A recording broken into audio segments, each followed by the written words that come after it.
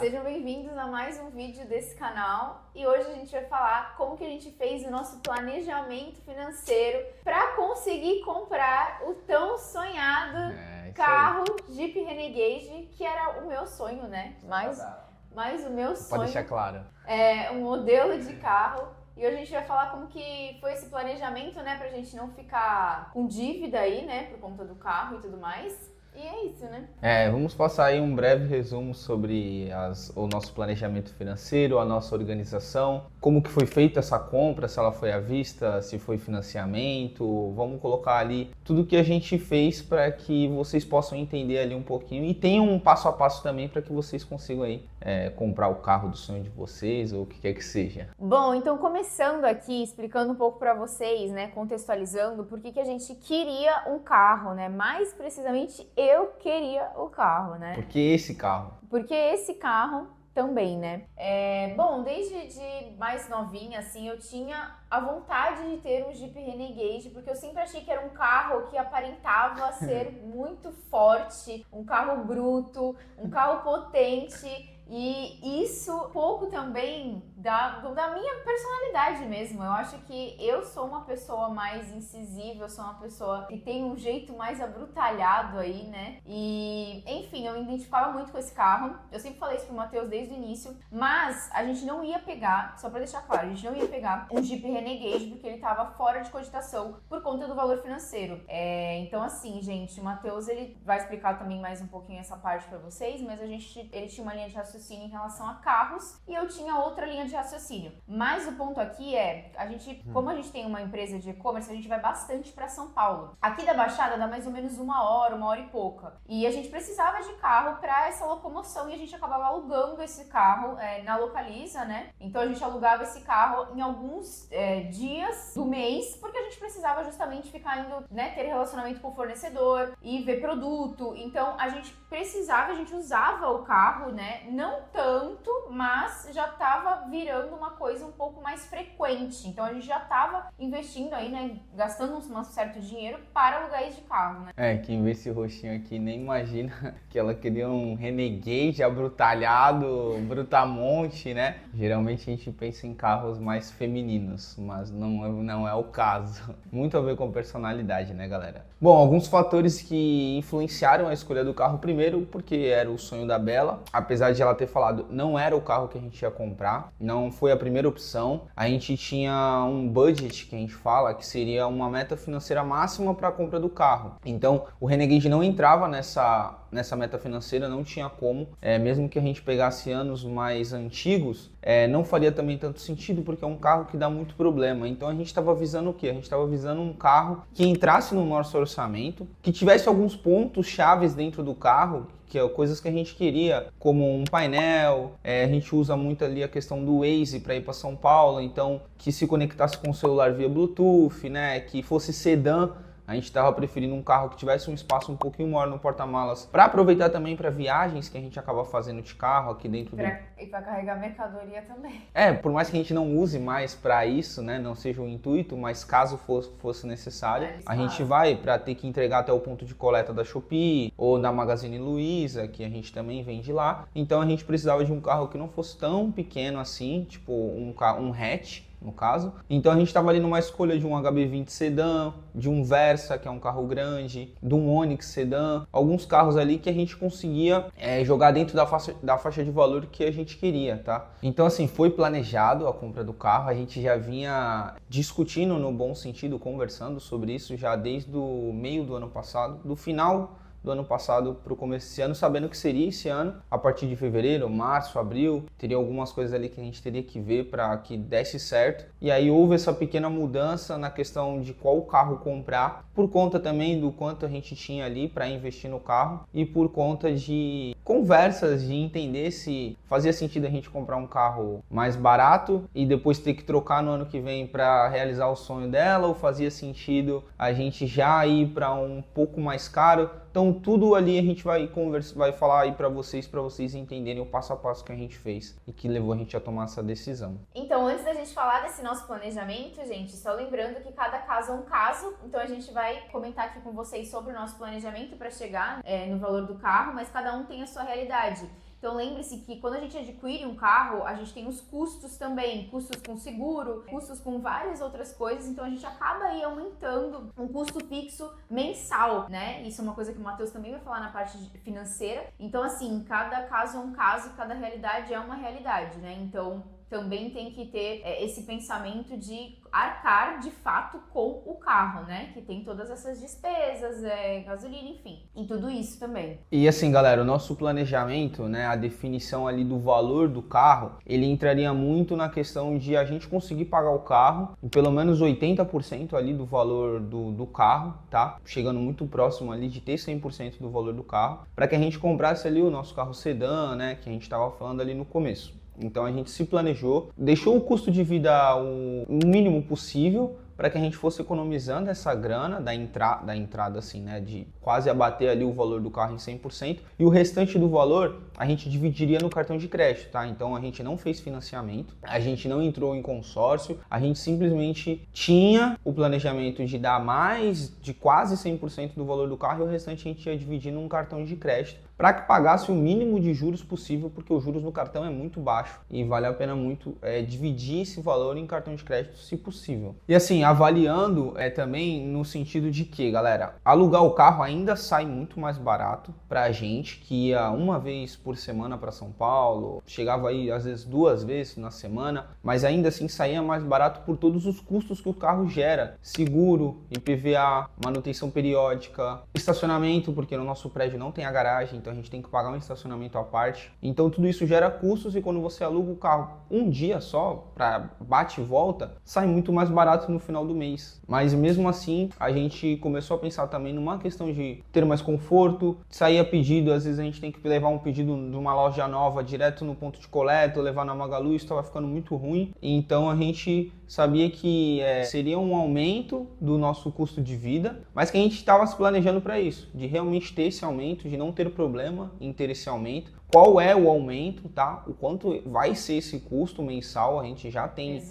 na ponta do lápis esse custo, já sabe o quanto que vai, pelo menos a base, né? Porque acontecem coisas que a gente também não tem como prever, mas a base a gente tem. E sim, galera, a gente separou um dinheiro exclusivo para isso, tá? Não foi do nada, não era um dinheiro que era para outra coisa. A gente realmente separou uma grana, um fundo exclusivo, numa das nossas caixinhas, numa das nossas reservas, que era para a compra do carro.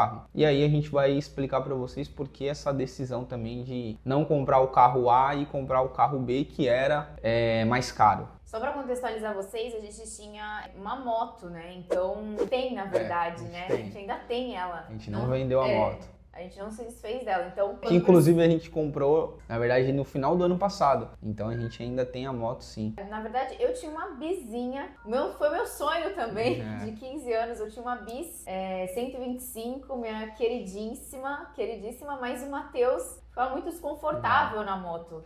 Porque quando a gente começou a empresa, ele também tinha uma moto, só que ele vendeu a moto pra dar o valor financeiro da moto em produtos dentro da empresa. Então, assim, a gente tinha só a minha bis. Tinha a CB300 e comecei a andar de bis de novo. Exato, e aí ele ficava muito desconfortável, porque a bis é pequena, enfim. Aí a gente acabou trocando por uma N-Max, que é um pouco maior, né, mais confortável, automática. Sim. Então a gente tinha a moto, mas tem a moto.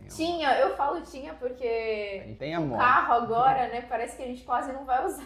Mas enfim, e aí... Quando a gente tinha dia de chuva e, por exemplo, a coleta da Shopee não passava e a gente só tinha a moto, então ficava tudo bem complicado. Então rola uma questão do conforto, sim, no carro, mas também em questão de a gente trabalhar com produtos físicos e em qualquer incêndio que acontece, né, a gente tem um lugar para enfiar os pedidos dentro e despachar em algum lugar, né? Só para contextualizar aqui, né, vocês. Bom, como que foi esse processo pra gente de pesquisa e negociação? Eu sempre soube que eu queria o Jeep, mas eu sempre soube também que o Jeep dava muitos problemas de câmbio, né? Então, sempre que eu falava para as pessoas, meu sonho é ter um Jeep, alguém sempre falava desse problema, então era uma coisa que é muito caro para consertar, muito caro mesmo. Mas antes de mais nada, explicando para vocês por que a gente mudou de ideia, a gente deixou de comprar o HB20 Sedan, né, que é naquele outro budget que a gente queria, que era um pouco mais barato, e por que a gente foi pro Jeep. A gente tinha a ideia de ficar ali no máximo um ano e meio com o carro, e a partir do ano que vem, 2026, a gente realmente trocasse ele pelo Jeep, mas como a Bela estava falando, ele dá muito problema. Então o que a gente viu? A gente tinha uma alternativa, que era comprar o Jeep 1.3 Turbo, que são os modelos mais novos, mas que é um valor maior ainda do que o que a gente esperava, do que o que a gente queria. Então a gente conseguiria talvez se planejar mais esse ano inteiro para comprar ele no ano que vem. Mas eu não queria mais esperar para ter o carro, eu tava muito angustiado, a gente já tava passando a gente passou várias situações. Várias situações, galera. Com Uber aqui na Baixada. E é impressionante, gente, porque quando a gente tem um pensamento, já quer alguma coisa, parece que o universo te joga em situações pra comprovar aquilo, que você né? precisa, sabe? De fato que você precisa. Então a gente passou por várias situações, assim, na semana com Uber, problema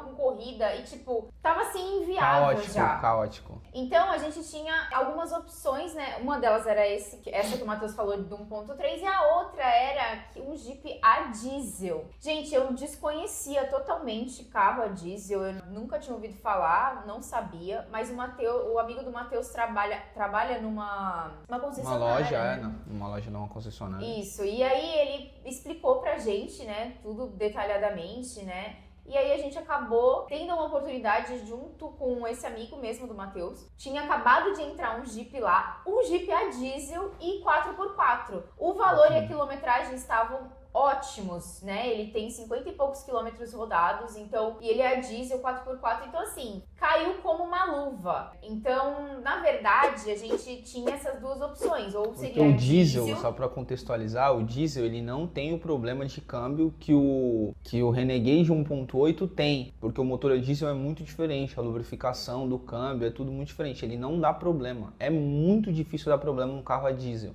A mecânica é muito melhor, só que ele também é muito mais caro. Então você vai ter que, de repente, optar por um ano um pouco mais antigo para conseguir chegar no valor ali que a gente queria. Exato.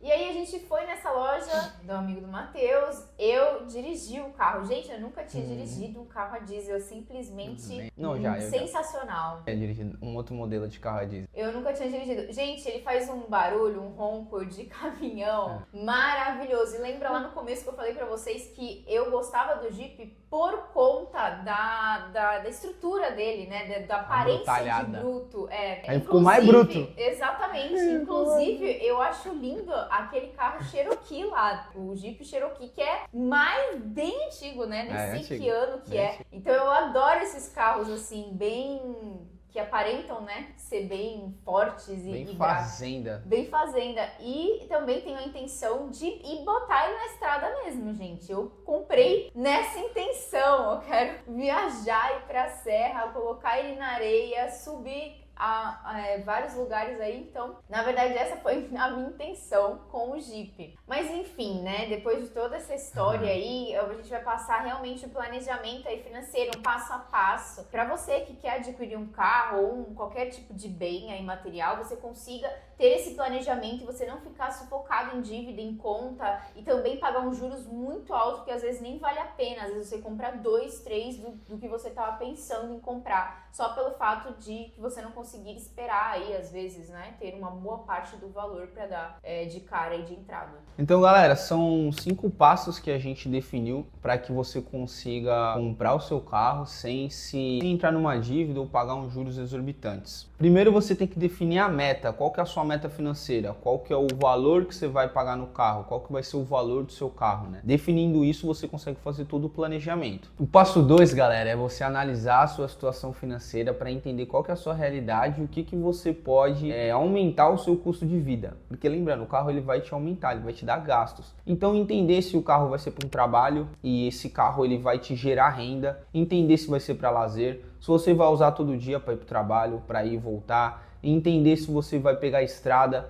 Então, entendendo isso, você entende a finalidade do carro, para saber se ele precisa ser mais econômico, se ele precisa ser maior, se ele precisa ser mais novo, se ele pode ser mais antigo, se ele precisa ser mais forte, se pode ser um carro mais fraco, para ser mais econômico. Então você tem que entender a sua realidade e a finalidade do carro. Entendendo isso, fica muito mais fácil de você começar e escolher qual é o carro que você vai comprar dentre vários modelos que tem no mercado. O passo 3 é você já começar a reduzir gastos, tá, galera? Lembrando, se a gente vai aumentar o nosso custo de vida, começa a diminuir alguns gastos ali que não sejam gastos essenciais, para que você consiga pegar esse dinheiro e ir para o passo 4, que é criar uma reserva exclusiva para o carro. Se você está guardando dinheiro para uma reserva de emergência, ou para viajar, ou para fazer qualquer outra coisa, você cria uma reserva exclusiva para você fazer a compra desse carro, tá, galera? E o passo 5 é você escolher a forma de pagamento. Lembrando, se você vai querer pagar 100% do carro à vista, se você consegue passar parte no cartão de crédito, e se for passar parte no cartão de crédito, qual é o valor máximo que você vai conseguir passar no seu cartão de crédito? Se você vai conseguir arcar com essa parcela? Se você vai financiar o carro? E qual o valor que você vai financiar o carro? 50%? 20%, 30%. Só para lembrar vocês, esse Renegade a gente pagou mais de 60% no valor à vista e o restante a gente parcelou em 10 vezes no cartão de crédito. Essas 10 vezes ficou uma parcela alta, mas que a gente já sabia que ficaria, já entrava no nosso custo de vida, tudo isso para diminuir os juros. Financiamento de carro é a coisa mais cara que existe no Brasil, tá? Então, se você puder, não financie um carro. Você tem essa alternativa de passar no cartão de crédito. Você tem uma segunda alternativa, que é fazer um consórcio, uma carta de crédito, um consórcio, e dar o lance ali de 60%, 70% do valor e pagar o restante em parcelas bem grandes com juros muito menor. Ou você tem uma opção que é pagar o carro à vista, juntar o dinheiro e comprar o carro ali de acordo com o que você tem em mãos, tá, galera? Esses são os 5 passos e as dicas que eu dou para que você não aumente o custo de vida de uma hora para outra, para que você não tenha que pagar juros exorbitantes e pague 2 carros ou 1,5 carro.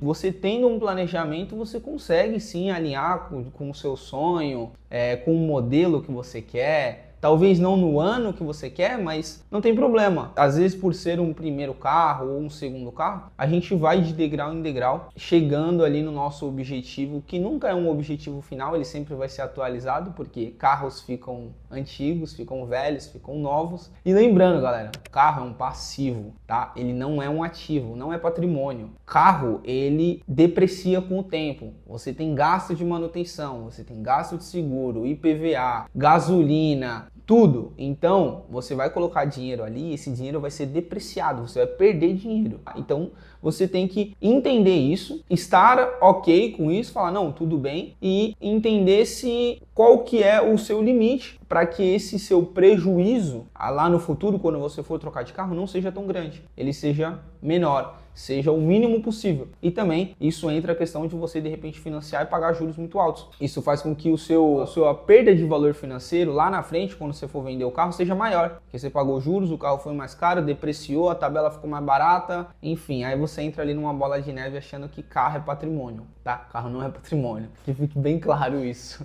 Bom, então é isso, galera. Se esse vídeo te ajudou de alguma forma, já deixa o seu like, seu comentário, ajuda muito a gente. Se inscreva no canal. Estamos aqui todas as quartas-feiras, 4 horas da tarde. E lembre-se, tudo com planejamento vocês conseguem ter. Seja um bem material, seja uma viagem, né? Passivos, ativos, tudo bem colocado dá pra fazer. E é isso, gente. Muito obrigada e até o próximo vídeo. Tchau!